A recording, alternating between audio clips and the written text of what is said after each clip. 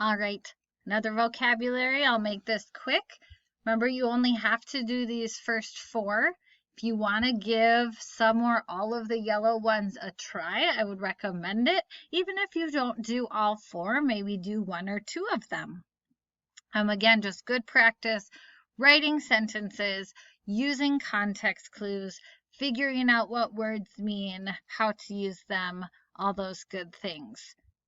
I also want to remind you, this website is an online dictionary that I find easier to use and easier to understand than just what you get if you were to Google the word.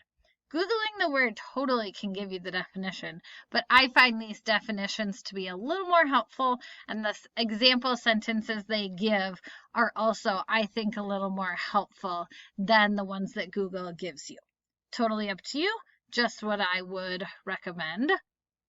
Also, good idea to go read the words in their context, because a word, say like course, has a lot of different definitions to it. So figuring out the one that they use in the story, in the text, is helpful. I am more than happy to help.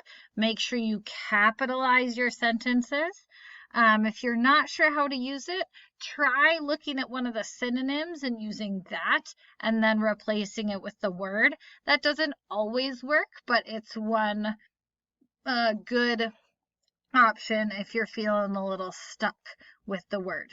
All right, good luck. You got this.